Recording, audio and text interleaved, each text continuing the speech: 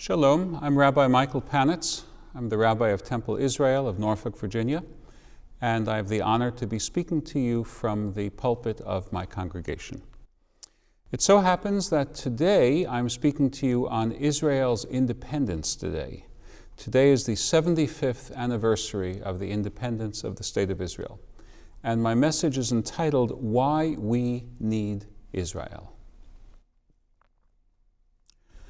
I am a few years younger than the reborn State of Israel.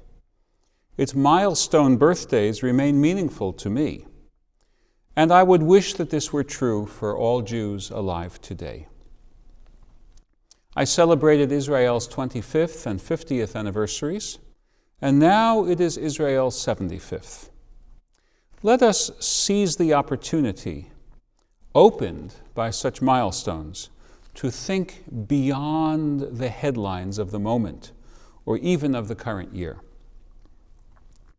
It is no secret that Israel is pursuing a course that increases a sense of distance felt by a majority of non-Israeli Jews.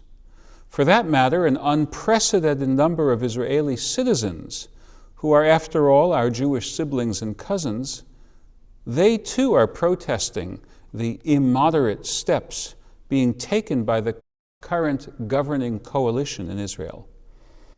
I do not seek in any way to conjure away the real issues that we must face today to help Israel find its way to a set of policies that will preserve the tolerant and democratic nature of the state. But now is the time to reflect on the long duration. Israel is 75 years today. What happened to the Jewish people in the 75 years before 1948, before there was an independent State of Israel? The answer is all too sadly clear. The Holocaust happened.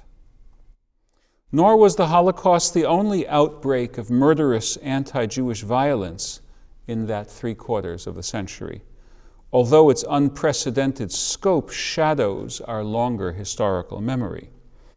A generation before Hitler's rise, the Jews of the Pale of Settlement were terrorized by the Russian army in World War I, and before that, a wave of pogroms claimed innocent Jewish victims, propelling millions of Jews to flee the lands of the Tsar and head for freedom in the democratic West. What about 75 years before that? In 1840, the Muslim world echoed the older Christian blood libel, claiming Jewish victims in Damascus.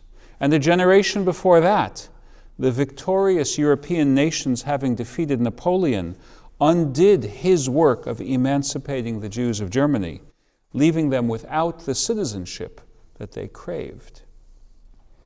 What about the centuries before that?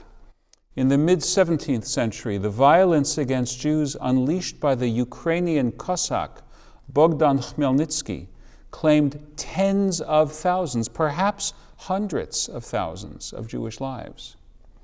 Ukraine has changed course, and its citizens have elected a Jewish leader as their inspirational president. But for centuries, its Cossacks were among the most murderous foes known to the Jewish people. What about the centuries before that? The Spanish and Portuguese Inquisitions terrorized Jews, torturing and killing from the 15th century on. The expulsion of the Jews from Spain in 1492 forced over 100,000 Jews into exile, many of them dying in transit or falling prey to kidnappers and brigands. At the same time, the turmoil of the Protestant Reformation, one German city and state after another expelled its Jews. Most of them fled eastward. That is why there were Jews in Poland a century later, in the path of the invading Cossacks. Shall we proceed backwards again by century increments?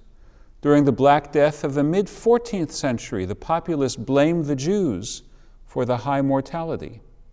So deeply rooted was the hatred of the Jew that even the evidence of Jews also dying of the plague did not give the mobs pause. Were it not for the later mass murders of Khmelnytsky and then Hitler, the Black Death massacres would have been reckoned the worst Jewish tragedies since Roman times. We could continue our sad retrospective, but by now the pattern ought to be clear. When there is no Jewish state, there is no place of refuge for Jews. When somewhere in the world the age-old need to find a scapegoat turns again to the Jew living in the midst of a larger society. Nor is this need for a place of refuge now extinct. In the past decade, Jews have fled Russia and Ukraine, first in response to Putin's seizure of Crimea, and now with his invasion and brutal warmongering. Jews are leaving France in the face of sharply rising anti-Semitic violence there and going to Israel. The Jewish homeland is now, as it was in the 1950s, a haven.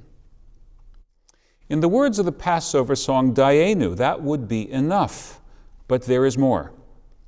Israel has emerged as a world center of innovation. From a relatively modest population of about 10 million, it has become a blessing to the world by virtue of its life-saving and life-enhancing inventions. To name just two fields of many, agriculture and medicine. Many of us know about the key Israeli invention of drip irrigation, making it possible to reclaim the desert with a sustainable amount of water and feeding many millions, maybe hundreds of millions, around the world. But it goes further. Israeli advances in desalination are putting the dream of clean, fresh water within reach for a thirsty planet. Israeli biophysics work in laser proton beam delivery is updating cancer treatments. Israeli advances in artificial intelligence have made possible newer, swifter, low-cost automatic diagnosis of tuberculosis, and so on and so forth. The list of life-saving advances goes on and on. Israel, we who love you, yet hope that the better angels of your nature will prevail. But we insist that you were and still are, in many ways, a blessing to the entire world, as well as a lifesaver to our people. Israel, may God bless you.